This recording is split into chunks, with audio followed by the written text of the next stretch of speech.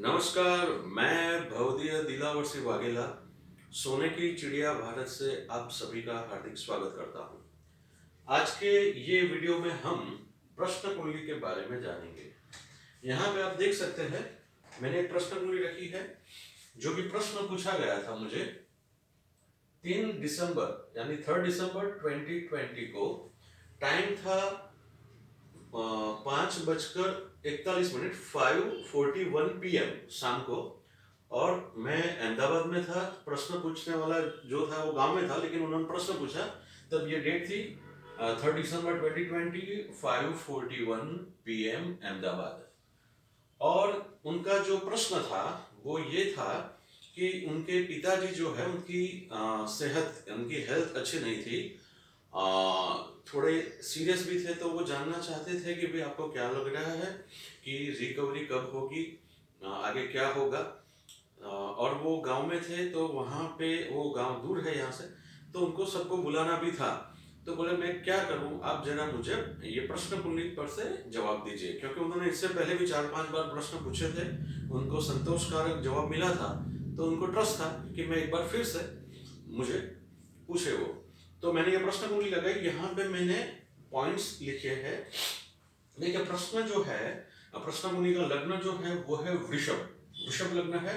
लग्न में राहु है, चंद्रमा मिथुन राशि में है, शुक्र जो है वो तुला में है, वृश्चिक में है बुध सूर्य और केतु, और मकर राशि में शनि गुरु, मीन राशि में है मंगल। तो ये है प्रश्न लग्न और इस तरह से ग्रहों की स्थिति है। तो उनका जो प्रश्न था उनके पिताजी को हेल्थ के लेके, तो फिर मैंने उसका एनालिसिस किया और मैंने उनको बताया कि 2 दिन जो है आने वाले, यानी आपने जो प्रश्न पूछा है आज का दिन और कल का दिन, ये 2 दिन बहुत ही चिंताजनक है। हो सकता है कि इसमें ज़्यादा प्रॉब्लम हो सकता है। और उसका मैंने जो एनालिसिस किया उसका रीजन मैं आपको बताने जा रहा हूँ। सबसे पहले प्रश्न लग्न जो था वो था वृषभ, यानी ये स्थिर लग्न है। ये ऐसा बता रहा है कि जो भी परिस्थिति है वो वैसी की वैसी रहेगी। और एक बात, नवमांश लग्न जो है वो भी वृषभ था, यानी जो भी परिस्थिति है या तो नेगेटिव या पॉजिटिव वो ज्यादा वही रहेगी, क्योंकि प्रश्न लग्न और नवमांश दोनों सेम था, जिसे हम वर्गोत्तमी लग्न कह सकते हैं। तो ये एक इंडिकेशन था। लग्न में आप देख सकते हैं कि राहु है, ये बता रहा है कुछ कंफ्यूजन है। और लग्न जो है वो प्रश्न कुंडली में बहुत इंपॉर्टेंट है। वहां लग्न में पाप ग्रह यानी कोई नेगेटिव इंडिकेशन वो ज्यादा बता रहा है। दूसरा मैंने यहाँ पे पॉइंट लिखा था, ये था राहु। पहला पॉइंट है स्थिर लग्न, यानी जो स्थिति है वही रहेगी। दूसरा पॉइंट है लग्न में राहु, जो कि कंफ्यूजन और नेगेटिव इंडिकेशन है। तीसरा जो मैंने पॉइंट लिखा था ये था, यहाँ पे आप देख सकते हो सूर्य जो है वो आत्मा का कारक है, उसकी 17 डिग्री है, और केतु जो है वो 26 डिग्री का है। तो यहाँ पे सूर्य जो है केतु को मिलने जा रहा है। सूर्य आत्मा का कारक है और केतु का काम है अलग करना, जुदा करना, सेपरेट करना। यानी यहाँ पे आत्मा का अलग होना भी एक इंडिकेशन है। ये मैंने एनालिसिस किया था। हमारे जो गुरु है CN शाह सर, इन्होंने प्रश्न कुंडली को इतना सरल बना दिया है। वही मैं लॉजिक आपको दे रहा हूँ, ये मेरा लॉजिक नहीं है, वो ये मेरे गुरु का लॉजिक है जिनका नाम CN शाह सर है। तो उनका ये लॉजिक है कि जब भी कोई ग्रह एक दूसरे ग्रह को मिलने जाता है तब घटनाएं घटित होती है, या पॉजिटिव नेगेटिव। यहाँ पे सूर्य केतु पे मिलने जा रहा है, तो ये भी एक इंडिकेशन है कि जो भी होगा वो कुछ नेगेटिव होगा, नंबर 1। और यहाँ पे 17 डिग्री है या 26 डिग्री है। सूर्य एक दिन में 1 डिग्री आगे बढ़ता है, तो यहाँ पे हम कह सकते हैं कि 3 डिग्री ये और 6, यानी आने वाले 9 दिन नेगेटिव है। ये 9 दिन अगर वो क्रॉस करते हैं और तब तक उनकी हेल्थ अच्छी होना शुरू होती है, तो कह सकते हैं कि आगे जाके हेल्थ और अच्छी होगी। लेकिन यहाँ पे ये इंडिकेशन है कि आने वाले 9 दिन भी रिस्की है। अब चौथा पॉइंट था बुध। तो देखिए प्रश्न कुंडली में सप्तम भाव में है बुध। तो प्रैक्टिकली ऐसा देखा गया है कि जब भी हम प्रश्न कुंडली रखते हैं और सप्तम भाव में बुध होता है, तो इंसान जो बात को लेकर चिंतित होता है वो घटना घटित होती है। यहाँ पे चिंता थी हेल्थ को लेके, तो बुध जो है उसको कम्युनिकेशन का कारक भी कहा गया है। और बुध दूत है, तो यहाँ पे हम ये कह सकते हैं कि दुख जो है वो आ गया है। ये भी एक सहसर का लॉजिक है। कई बार ऐसा देखा गया जब कोई स्त्री या पुरुष प्रेगनेंसी हुई है या नहीं, यानी चाइल्ड कंसीव हुआ है नहीं, उसके लिए जो प्रश्न कुंडली हम रखते हैं और सप्तम भाव में बुध आता है तो हम ऐसा कहते हैं कि प्रेगनेंसी रही है। ये एक लॉजिक है। तो यहाँ पे ये बुध को भी मैंने ध्यान में लिया था। पांचवा जो मेरा था पॉइंट ये था शनि और गुरु। देखिए गुरु जो है वो अष्टमेश है और अष्टमेश जो है मकर राशि में है यानी कि वीक है, शनि के साथ है यानी और वीक है, और नवमांश में भी वो मकर में जा रहा है यानी कि उसकी वीकनेस बढ़ रही है। यानी अष्टम भाव आयुष्य का भी है तो आयुष्य की वीकनेस ज्यादा है यहाँ पे। ये एक लॉजिक था। छठा जो पॉइंट था यहाँ पे वो था जो मैंने आपको बताया वर्गोत्तमी लग्न, क्योंकि नवमांश लग्न भी वृषभ है वो भी स्थिर है तो वो जो परिस्थिति है ज्यादा वही रहेगी ऐसा बता रहा है। सातवां पॉइंट जो मेन था ये है चंद्रमा। तो देखिए चंद्रमा जो है द्वितीय भाव में है, द्वितीय भाव है मारक भाव, यानी ये चंद्रमा कुछ नेगेटिव इंडिकेशन दे रहा है। अब हम देखते हैं कि चंद्रमा कहाँ जा रहा है। तो चंद्रमा जो है तृतीय भाव में आएगा कर्क राशि में, और सबसे पहले आएगा देखिए शनि की और गुरु की दृष्टि में आएगा, लेकिन पहले शनि की दृष्टि में आएगा क्योंकि शनि की 4 डिग्री है, गुरु की 2 डिग्री है, सॉरी शनि की 4 डिग्री है, गुरु की 2 डिग्री है। तो ये इंडिकेशन ये है कि पहले वो गुरु की दृष्टि में आएगा, फिर जो है वो शनि की दृष्टि में आएगा। तो गुरु की दृष्टि जो है वो कुछ पॉजिटिव बता रही है, लेकिन गुरु खुद ही वीक है।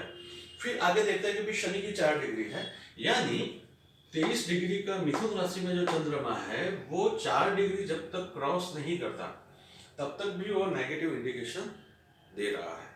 फिर आगे का एक पॉइंट है 8वां पॉइंट, वो जो है यहाँ पे मैंने प्रश्न लग्न में दशा को भी ध्यान में लिया।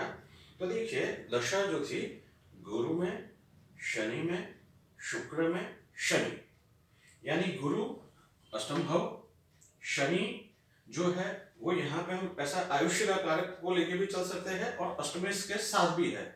शुक्र छठे भाव का मालिक, शनि वापिस आयुष्य का कारक गुरु के साथ। तो ये जो अंतर है वो भी थोड़ा नेगेटिव है। यहाँ पे कहीं भी बलवान जो केंद्र या त्रिकोण है उसका कोई इंडिकेशन नहीं है। ये वैसे तो प्रश्न लग्न में ऐसा दशा नहीं देखते हैं, लेकिन फिर भी मैं सपोर्ट में लेता हूँ। तो ये कुछ पॉइंट थे, यानी यहाँ पे मेन जो पॉइंट है वो है लग्न और चंद्रमा। तो देखिए चंद्रमा जो है वो 23 डिग्री का है और वो यहाँ पे आएगा, गुरु को मिलेगा और मिलेगा शनि को। तो देखिए उनकी डेथ जो हुई वो दूसरे ही दिन हुई 4 दिसंबर को, यानी 3 तारीख की प्रश्न कुंडली है, 4 तारीख को शाम 4 बजे के आजू बाजू उनकी डेथ हुई।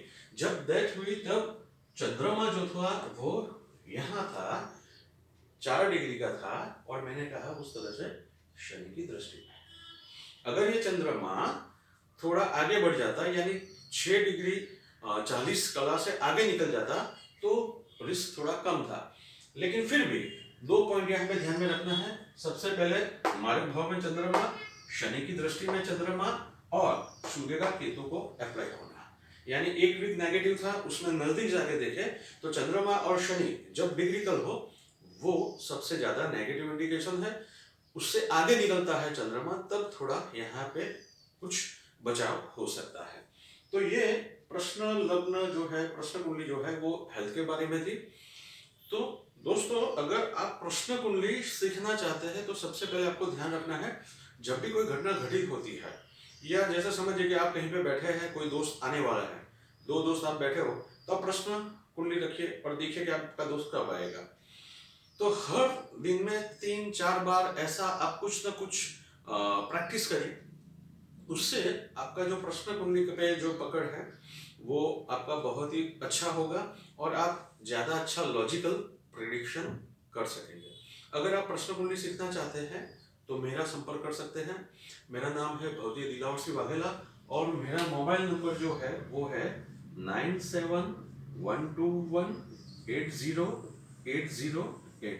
ये नंबर पे आप फोन करके भी एस्ट्रोलॉजी, वास्तु या प्रश्न कुंडली के बारे में जान सकते हैं। अगर सीखना चाहते हैं तो अभी आप मेरा संपर्क कर सकते हैं। तो मैं ये आशा के साथ ये वीडियो को यहाँ पे समाप्त करता हूँ कि इससे जो लोग प्रश्न कुंडली सीखना चाहते हैं उनको थोड़ा लॉजिक मिलेगा, क्योंकि एस्ट्रोलॉजी में, वास्तु में जब तक लॉजिक आपका क्लियर नहीं है तो आप कितना याद रखोगे। जैसे कि एस्ट्रोलॉजी में 1000, 2000, 5000 योग है, वो आप कैसे याद रखोगे। लेकिन अगर लॉजिकल इस तरह से आप याद रखोगे तो आप 10 दिन तक नॉन स्टॉप बोल सको, उतना ज्ञान आपको मिलेगा। तो जो भी आप याद रखें, लॉजिकल याद रखें। कोई भी चीज आपको यानी रट्टा नहीं माननी है, लॉजिकली याद रखनी है। यहाँ पे मैंने जो भी 3-4 पॉइंट्स दिए हैं लॉजिकल, उसको ध्यान में रखें, आगे आप भी प्रेडिक्शन करें। तो मैं भव्य दिलावर सिंह वाघेला यहाँ पे ये वीडियो को समाप्त करता हूँ। फिर मिलते हैं नए वीडियो के साथ। धन्यवाद।